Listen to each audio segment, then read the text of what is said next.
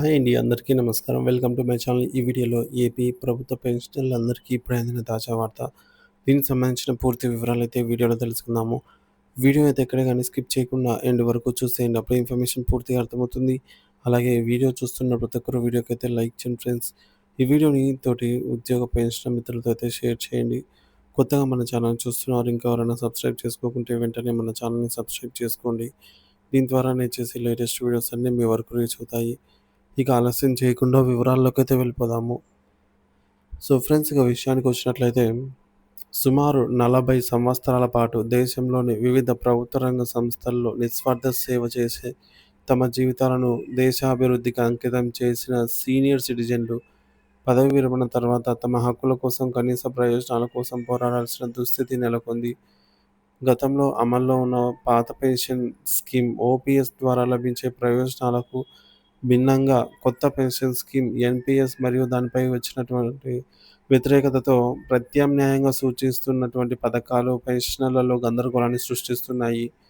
రాజ్యాంగం ప్రకారంగా గౌరవప్రదమైన జీవితం గడిపే హక్కు ఉన్న ఈ యొక్క వృద్ధుల పట్ల ప్రభుత్వాల వైఖరి ఏమిటి? సో, వారి వాస్తవ పరిస్థితి ఎలా ఉంది? ఈ అంశాలపై ఆల్ ఇండియా పెన్షనర్స్ ఫెడరేషన్ జాతీయ నాయకులు, రైల్వే రంగంలో సుదీర్ఘ అనుభవం ఉన్నటువంటి శ్రీ శ్రీధర్ గారితో జరిపిన సంభాషణ ఆధారంగా అయితే చూసేద్దాం. సాధారణంగా సమాజంలో పెన్షనర్లకు ఏ లోటు? జీవితంలో ఉద్యోగం చేసి జీతం తీసుకుంటున్నారు. ఇప్పుడు పెన్షన్ వస్తుంది కదా! ఇక మీకేంలే అనే అభిప్రాయం బలంగా ఉంది. కానీ ఇది వాస్తవానికి చాలా దూరం.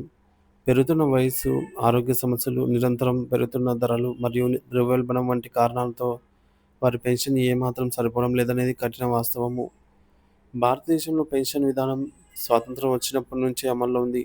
ఉద్యోగుల జీతభత్యాలు, పెన్షనర్ల ప్రయోజనాలను సమీక్షించడానికి ఇది పతి ప్రతి 10 సంవత్సరాలకు ఒకసారి సెంట్రల్ పే కమిషన్, అలాగే 5 సంవత్సరాలకు ఒకసారి రాష్ట్ర ప్రభుత్వం అయితే ఈ యొక్క సీపీసీ అంటే పే రివిజన్ కమిషన్ అయితే చేయాలి అని సూచించింది.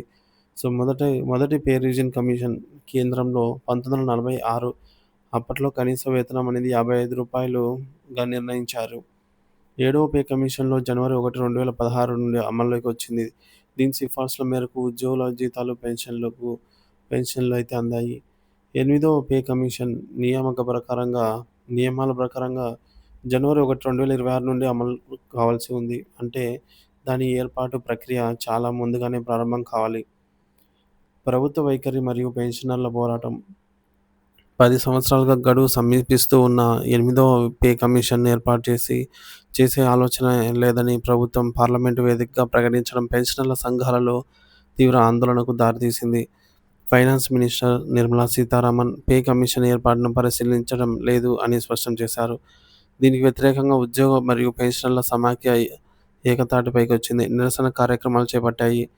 ఆగస్టు 12, 2024 ఢిల్లీలోని జంతర్ మంతర్ వద్ద భారీ ధర్నా, లేకపోతే నిరంతరం పోరాటాలు. 2024లో ఆగస్టు, సెప్టెంబర్, డిసెంబర్ నెలల్లో లీలా మైదానం, జంతర్ మంతర్ వద్ద పలు ప్రదర్శనలు అయితే నిర్వహించారు. వినతి పత్రాలు. ప్రధానమంత్రి, ఆర్థిక మంత్రి, క్యాబినెట్ సెక్రటరీలకు పే కమిషన్ ఆవశ్యకతను వివరిస్తూ ఎన్నో మెమోరాండంలు సమర్పించారు. కరువు భత్యం 50% దాటినందున దాన్ని మూల వేతనంలో కలిపి విలీనం చేసి కొత్త పే స్కేల్‌ను ప్రకటించాలని వారు డిమాండ్ చేస్తున్నారు. ఈ మేరకు పే కమిషన్ ప్రకటన ఆనందం ఆవిరైన క్షణాలు. ఎన్నికల ఒత్తిడి తర్వాత ఉద్యోగ సంఘాల నిరంతర పోరాటాల నేపథ్యంలో ప్రభుత్వం ఈ మేరకు దిగి వచ్చింది.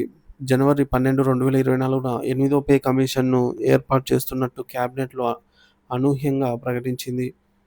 క్యాబినెట్ అజెండాలో లేనప్పటికీ ఈ నిర్ణయం తీసుకోవడం అప్పట్లో పెన్షనర్లలో ఆశలు రేకెత్తించింది.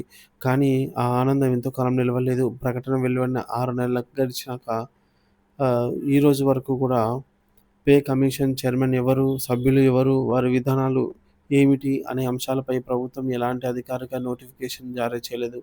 దీనిపై పెన్షనర్ల సంఘాలు ఈమెయిల్స్, రిప్రజెంటేషన్స్ ద్వారా ఒత్తిడి తెస్తున్నా కూడా ఎంపీలు పార్లమెంట్‌లో ప్రశ్నిస్తున్నా కూడా ఈ మేరకు చేస్తున్నాం, పరిశీలిస్తున్నాం అనే కాలయాపన ధోరణి తప్ప ప్రభుత్వం నుంచి స్పష్టమైన సమాధానం అయితే రావటం లేదు.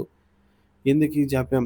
పర్యవసానాలు ఏమిటి? అంటే గత పే కమిషన్‌లు తమ నివేదికను సమర్పించడానికి కనీసం 18 నెలల నుండి 2 సంవత్సరాల సమయం తీసుకున్నాయి. కమిషన్ ఏర్పాటు, వారికి అవసరమైన మౌలిక సదుపాయాల కల్పన, దేశవ్యాప్తంగా ప్రకటనలు, వివిధ సంఘాల నుండి అభిప్రాయాల సేకరణ, డేటా విశ్లేషణ, నివేదిక రూపకల్పన, అలాగే ప్రభుత్వ ఆమోదం, ఇదంతా కూడా చాలా సుదీర్ఘమైన ప్రక్రియ. ప్రభుత్వం ఇప్పటికీ కమిటీని పూర్తి స్థాయిలో ఏర్పాటు చేయకపోతే ఈ జనవరి 2026 నాటికి సిఫార్సులు అమలు కావడం అసాధ్యం. ఇది లక్షలాది మంది పెన్షనర్లు మరియు ఉద్యోగుల ఆర్థిక ప్రయోజనాలను తీవ్రంగా దెబ్బ చూపుతుందన్నమాట ప్రభావం. ఇక ఉదాహరణకు ఆరో పే కమిషన్ ద్వారా పెన్షనర్లకు సుమారుగా 40% ప్రయోజనం అయితే చేకూర్చింది. అలాగే అలాంటి కీలకమైనటువంటి ప్రయోజనాలను ఎనిమిదో పే కమిషన్ ద్వారా పొందడంలో తీవ్ర జాప్యం జరిగే ప్రమాదం ఉంది. ప్రభుత్వం కేవలం ఎన్నికల ముందు రాజకీయ పార్టీ కోసమే ఈ యొక్క పే కమిషన్‌ను ప్రకటించింది. ఆ తర్వాత ముందుగా దీనిని పూర్తిగా విస్మరించడం బాధ్యతారాహిత్యం. దేశానికి వెన్నెముకలా ఉన్నటువంటి సీనియర్ సిటిజన్లు న్యాయమైన డిమాండ్లను గౌరవించి తక్షణమే ఎనిమిదో పే కమిషన్ చైర్మన్ మరియు సభ్యులను నియమించి దాని విధి విధానాలను నోటిఫై చేయాలి. లేని పక్షంలో ఇది ప్రభుత్వ విశ్వాస్యతను దెబ్బతీయడమే కాకుండా లక్షలాది మంది పెన్షనర్ల జీవితాలపై ప్రతికూలం కూడా చూపే ప్రభావం అయితే చూపుతోంది. ఇక వారి సహనాన్ని పరీక్షించకూడదు. ప్రభుత్వం తక్షణమే చర్యలు తీసుకోవాల్సిన అవసరం ఎంతైనా ఉంది అని చెప్పేసి వీడియో చేయడం జరిగింది.